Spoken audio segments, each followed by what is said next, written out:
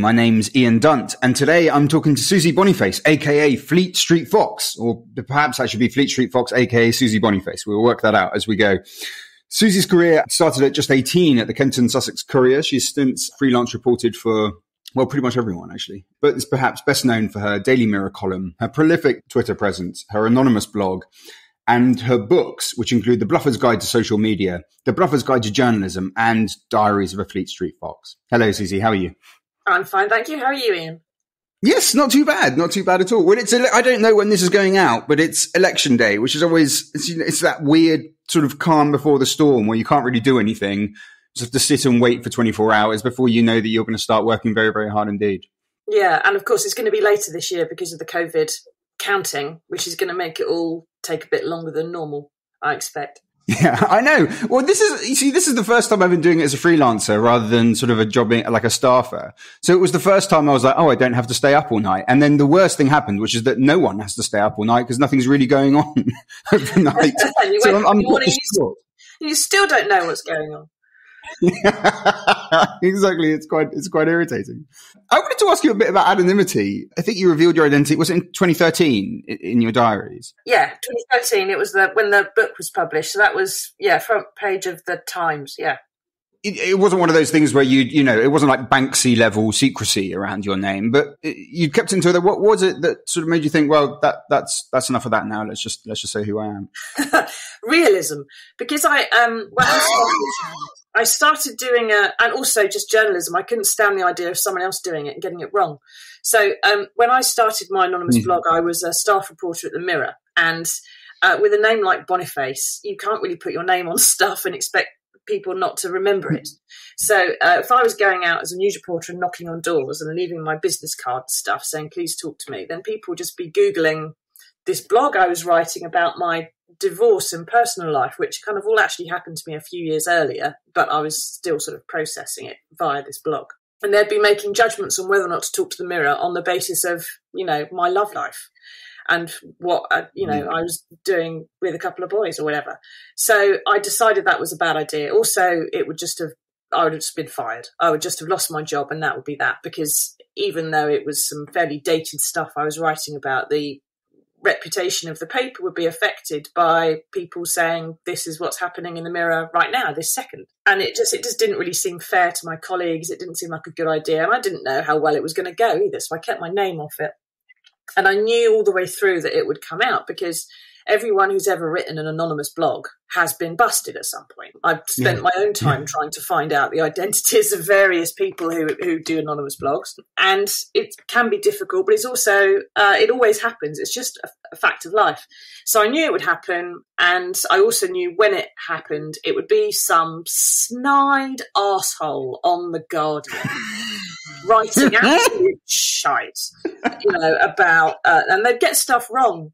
And they'd make up bollocks about things, and they'd spell my name wrong. They put a Z in and Susie instead or something, and I can't stand the idea of that. So I thought, if I'm going to do it, if it's going to happen, it might as well be me. And in 2012, I volunteered for redundancy at the Mirror because I had a book deal then. I knew it was coming out, and my editor accepted the offer with alacrity because she didn't want me in the office when that book was published, which is fair enough. Oh, wow. And then, it came out early 2013, and one of my blog's followers, I was quite lucky because I had a lot of people who had profile or were in the industry and stuff. One of my blog's followers was the deputy editor of the Times, and so he said, you can have T2 to out yourself, and he let me write my own piece. Basically, he did a serialized little bit of the book, and he sent a very good snapper called David Bever down to, he took some pictures of me in the Old Bell in Fleet Street, clutching a glass of whiskey and looking a bit vampish.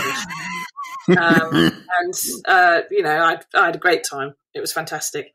And it was fascinating, actually. I tell you this story, I probably shouldn't, but I was talking the other day to someone I knew years ago, and he said, do you know what your ex-husband did on the day your book came out? I said, no, I'd never heard this. And in the newspaper office that my ex-husband was in at the time, because he worked in Fleet Street as well, because the book was mostly all about our marriage breakup and, all the various twatty things he'd done. And he was called Twatface throughout, because I also preserved his anonymity, you see. I was protecting him by calling him Twatface. Yeah, no, that's exactly how it comes across. Yeah, and it's also down in history in the British Library, at least one copy of the book together, that he's a twat. Anyway, this friend of mine said, well, he rang up that day and called in sick on the day it was on the front page of the Times, because obviously the papers broke the night before on Twitter. And he called in sick, and the news editor said to him, why the fuck are you calling in sick? Fucking come into work, you And and he said, I can't come in. It's all over the papers. People will be talking about it. He said, come into work. And he had to get into work. And every time he was sort of in a managerial position, shall we say. I don't want to identify him. And every time he went up to a reporter and said, I'd like to talk to you about a story, the reporter would put their feet up on the desk, flick the Times newspaper that they were reading and say, fuck off, I'm reading the Times. There's a great story here. And the newspaper rack in the office was just cleared out of copies of the Times. And he would go up to reporters repeatedly during the day. Can I talk to you about the story? Fuck off! I'm reading the Times. Which I thought was hysterical. I'm sure he didn't, but nothing. It's worth it just that alone. Is there anything you miss from that period of anonymity, or was it kind of quite refreshing when you could just sort of just clear it all off? It both, really. I do miss it because it gave you a certain freedom and leeway. When you're a reporter, everything you do is representing a newspaper. What you do means people judge the newspaper or your media outlet of some sort, whatever it is. They judge it differently. And it affects the reputation. It affects the stories you do. It affects the stories other people can do. Lots of reporters don't give a toss about that. I always did. But you don't have the right to an opinion. You are more objective. You put what you think to one side and you're interviewing this person, whether you think they're an absolute wanker or not. You're trying to get the story out of them, so you're being as nice as pie, right? Or you're using various techniques to interview them. But when you are anonymous, I was able to express a view. I could say the Prime Minister, whoever it was, is a moron. I could say this is how this story is going to pan out. I could express a view, and I got addicted to it. I loved it. I'd been a reporter for that point for 15 odd years. And I'd never been allowed an opinion. And to have one, finally, was very, very welcome. So after the book was published, that blog disappeared. I started doing another one that was about politics, the news story of the day kind of thing. And obviously it was still Fleet Street Fox, but everyone knew my name by that point. And then I sort of started the column for the Mirror. And it's my job now, is expressing an opinion, which is very welcome, it must be said, after 25 years of not being allowed one, really. Yeah, I mean, you went into journalism incredibly young, right? You were just 18 when you took your first job. Officially, unofficially, I was 11. I started work on we set up a school newspaper at primary school. Then I set up another school newspaper, lower sixth. I had work experience in a photographic lab when I was 15. Because I wasn't allowed to go to the newspaper until I was 16. So I had photographic film developing experience, which of course has stood me in brilliant stead with the advent of digital cameras. It's really useful, that was. Although I was able to talk to photographers at some length about deving film and chemicals and, trying to dev film in airport toilet cubicles and blacking out the light and stuff like this. Things they used to do back in the day. Anyway, and then I did work experience at 16 at the local paper, and I just kept going back every summer holiday, every half term. I'd just go for more work experience again and again and again until they got fed up of me. And then they gave me a job. I did my last A-level on the Friday. I did my last waitressing shift on the Saturday. I took Sunday off, and I started work at the local paper on Monday morning. I mean, do you remember what inspired this? It sounds like you basically wanted to do this job from before you were aware that you even wanted to do it. I'm probably just journalist shaped, to be honest. There's no one in my family that does it. It's not like it's a trade that runs in the blood or anything. I do come from a long line of dissenters, so I don't know if that maybe makes a difference. But no, I can remember in 1989 watching the Berlin Wall come down. And there were people, I remember as a kid, being aware of about, the Cold War and the threat of nuclear annihilation now and again, the Soviet Union stuff. And then 1989, people just marched. People just went, sod it. We're not having this. There was a series of cock-ups within the East German High Command, and people just marched on the wall, and they took kitchen spoons and garden spades, and they just physically attacked it themselves. I remember watching the news, and Kate Adie was stood there in front of the wall, and there's people behind her attacking this sort of symbol with their bare hands and garden implements. And I turned to my mum and I said, "That's what I want to do." And she sort of said, "What, you want to be on a wall with a spoon?" And I said, "No, I'm going to be a journalist. I'm going to tell people why things like this matter and what it means, because it's a long way away, but it's still inspiring to see that sort of stuff, and it's still affected daily life in other ways." And she went, "Right, okay." But the day before, I'd told her I wanted to be a fighter pilot like Tom Cruise in Top Gun. So obviously, I was full of shit. But that one did actually last and stick. And then it was just a case of me deciding. So I was 12 then. And then Mandela the next year, and he was freed. I loved all that. And I used to just soak up, when there was a big event like Diana's death, I would keep copies in the newspaper under my bed. I've got huge piles of them going back for events and things. It's just me. I don't know. I can't. It is me now. It's not what I do. It's what I am. And I think that's true of most journalists, to be honest. Do you have sort of a top 3 tips for aspiring journalists? I mean, you wrote Bluffer's Guide to Journalism sort of a couple of years ago now? Have you narrowed it down to 3 things? I know I always remember when I was sort of like wanting to be a journalist, every time you met an older journalist, they would just come with this sort of doom-laden, "Oh, you don't want to do that. There's no chance for that. It's all a dying industry." And I just remember thinking, I was just a bit like, "Oh, fuck you. I don't really like..." It always felt like they were just trying to make sure you didn't go into it. There's some good sort of psychological work there, because if you can survive a journalist telling you not to bother doing it because it's a waste of time, then you probably are absolutely perfect for the job. It's been a dying industry since 1702, when the first newspaper, right, the Daily Current, which was just basically a sheet of A4 that's printed in a room above a pub called the White Hart in Fleet Street. And it was published by someone called E. Mallet, which may be an Edward Mallet and maybe an Elizabeth Mallet. I think it was probably a woman. That is Elizabeth Mallet, let's say. But she sold it after one issue, having decided there was no future in it whatsoever. So people in journalism have said it's wank ever since they started doing it, because that's just the nature of journalists, to be pessimistic, I think. But, now we have online, we have more readers than at any point in human history. Dickens or Johnson or Defoe would kill for the number of people that I can reach with just one column on the Daily Mirror website, and that's not even the most popular website. So I mean, we have billions of readers out there. It's a great time to be a journalist. But my top tip would be probably, I remember doing a lecture at Kingston University a few years ago, and you just sort of tell a few war stories, and you tell them to take self-defense lessons and stuff like that, and watch out for rapists. And then I left the thing, I said goodbye to everybody, and I was walking up the road, and one of the students came out after me, and she said, "How do I be a journalist?" And I was telling her various things about what I'd done, blah, blah, blah, and maybe get work experience, do this, do the other. And she just followed me and peppered me with questions all the way up the road. And I really wanted to get rid of her because she was super annoying. And we got outside the entrance to the tube station, and she kept saying, "What do I do? But how? But when? But how? But why? Who should I?"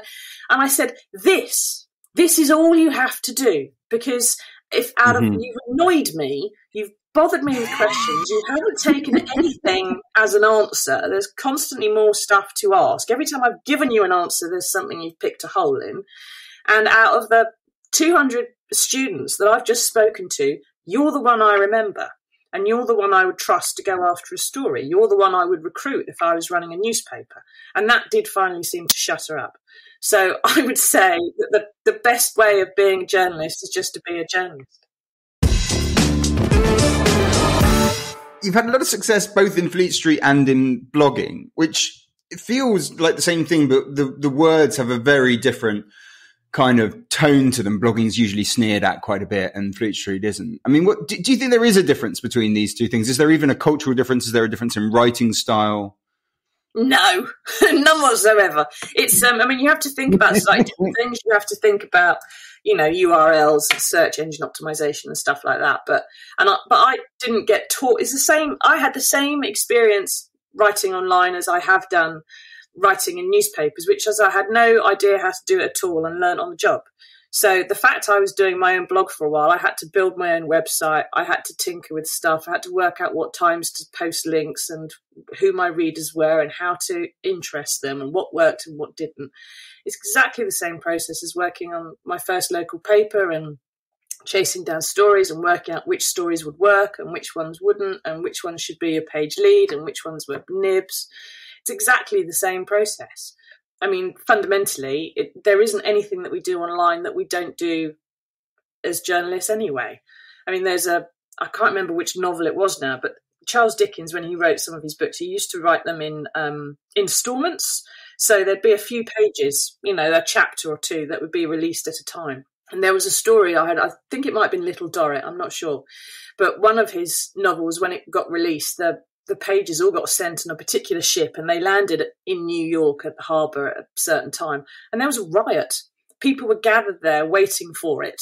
And it was the fact they had to wait that made it more interesting and better. If you can sit down and read the whole book, then obviously you put it down after a bit and wander off and do something else and then come back to it again. But when you're only getting a chapter at a time, you have a regular thing. You have to hit that deadline. You have to push it out. And that builds the interest. That creates the thing. And that's what I tried to do when I was blogging, was I did a chapter every Friday.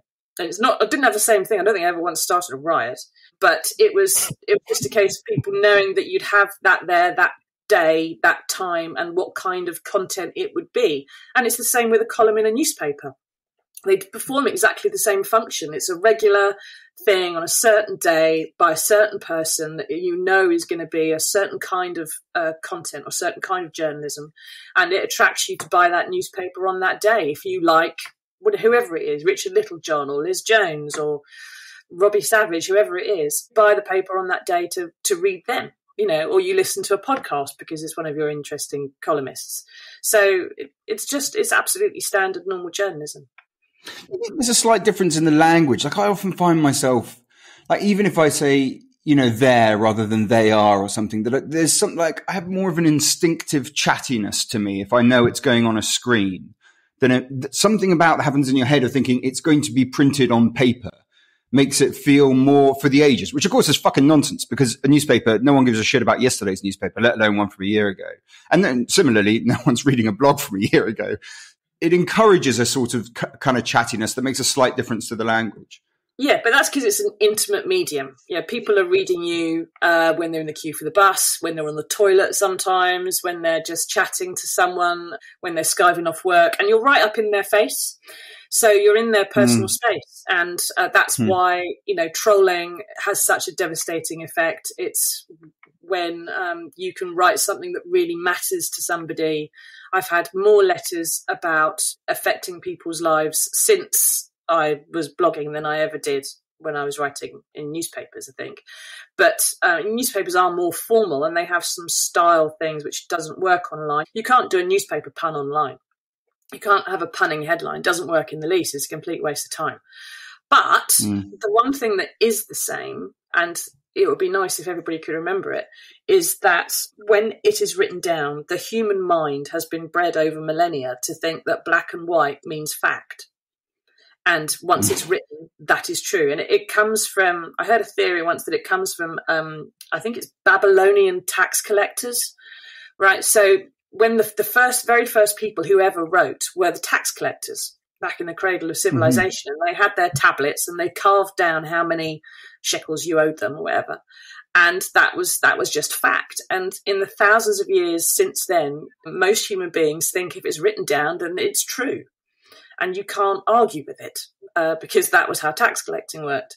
And it's the same whether you write online or whether you write in a newspaper.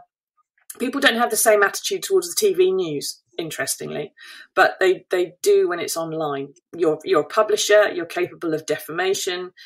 Yeah, you can be more chatty because it's a more intimate space, but you have the same rules, regulations, public responsibilities as you do if you're writing in a newspaper. And that applies to not just to journalists, but to the average human being who's writing online as well, as innumerous number of defamation lawsuits can attest. Do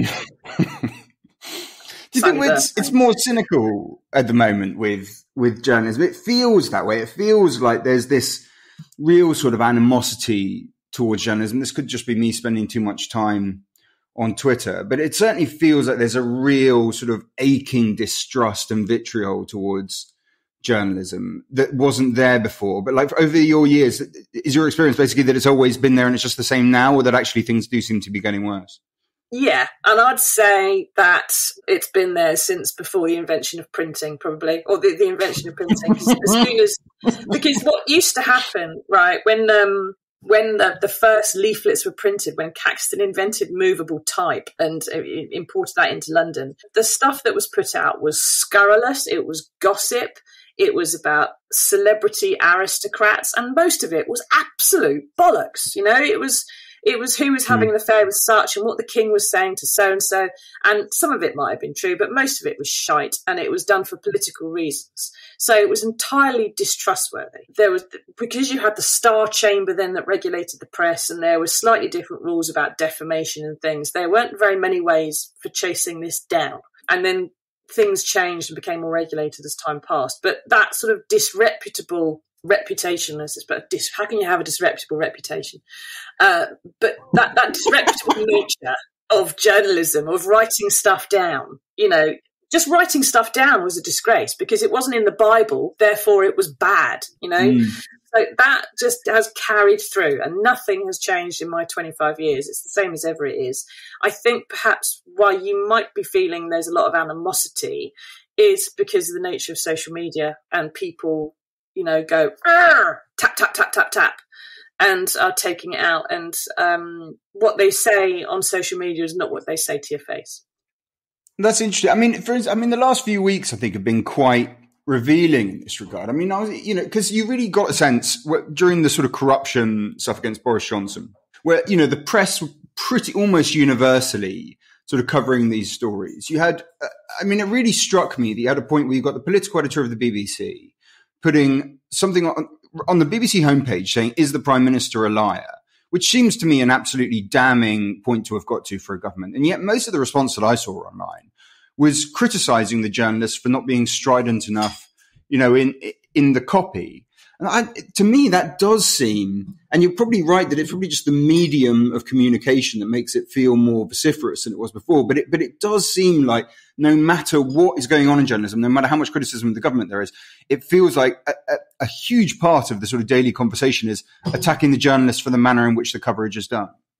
Yeah, but if I was Laura Kuenssberg, I'd be delighted someone had read the copy. You know, I'd be thrilled. Someone's read it. Hooray, I win. But it doesn't matter what a journalist does, you'll get attacked by somebody. You have to develop a fairly thick skin. So whenever people ask me about trolling and stuff like that, I say, look, I'm just the worst person to ask. I've been attacked by people wielding lumps of wood. I've been shot at more times than I can count. And don't ask me how it feels to have someone send me a tweet. It's a pleasant relief. I just think they do attack journalists no matter what you do. But so long as you just keep fighting the good fight, then, you know, occasionally you get a thank you. And it's that one tiny thank you in a sea of vitriol, which actually makes it worthwhile, and you get out of bed again and do it tomorrow. But like I say, it's because you're accessible now. Journalists, you used to have to write them a letter. You had to find the green ink. You had to do a poo. You had to wrap it all up carefully, put it in a bag, find the address, get it stamped, go to the post office, right? And in order to send them some abuse. Now, you haven't got to do any of that. So you can just go, you're a wanker, send, and then forget about it. And you don't realise that maybe it's the 75th time that's happened to them that day, and it's a bit much, frankly, or that, you know, whether they care, whether they don't care, whether they've muted you, you know, you have no idea. So I really, again, I'm probably the wrong person to ask about it, but I don't sweat it too much. There's very rarely that someone can really get my goat on social media. I mean, you've written a book on the Bluffer's Guide to Social Media. Is there really nothing? Is it really just as simple as that you're just sort of largely unaffected by stuff that you see on there, or is that something you have to work on all the time? You have to work on it. There's some stuff you're more affected by than others, and there's some things that I just do not stand, full stop. And, you know, anyone who is really personal and snide, and that I would say to them, take that back immediately. Then if they don't do it, then that's it. They're blocked. Because if there's someone who's going to bring you down and all they're going to do is tweet you abuse or something, then block them, because you don't need it in your life. And, you know, the thing that I always try and say is you have to treat it a bit like a bus stop, right? So one of the bits in the book is saying you have to use the rules of the bus stop. If you were stood at a bus stop, would you say that to someone else at that bus stop?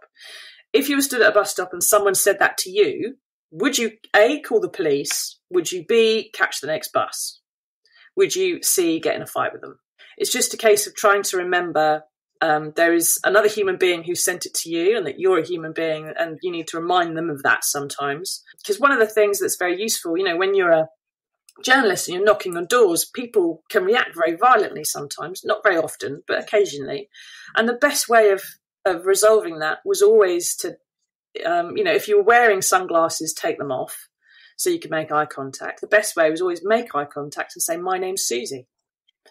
Because that just stops people in their tracks. Because once you are humanised, and once you become a person, they do tend to calm down and they will discuss things with you more sensibly. But if they're not going to see that, then you have to stop and ask yourself whether you've really got the medical qualifications necessary for dealing with them. And if not, then block them and, you know, encourage them to take their medication. I'm trying to work out your bus stop analogy. It's just as a Londoner, if anyone said anything to me at a bus stop, it doesn't I would apply obviously to call night the police. buses. It doesn't apply to night buses at all.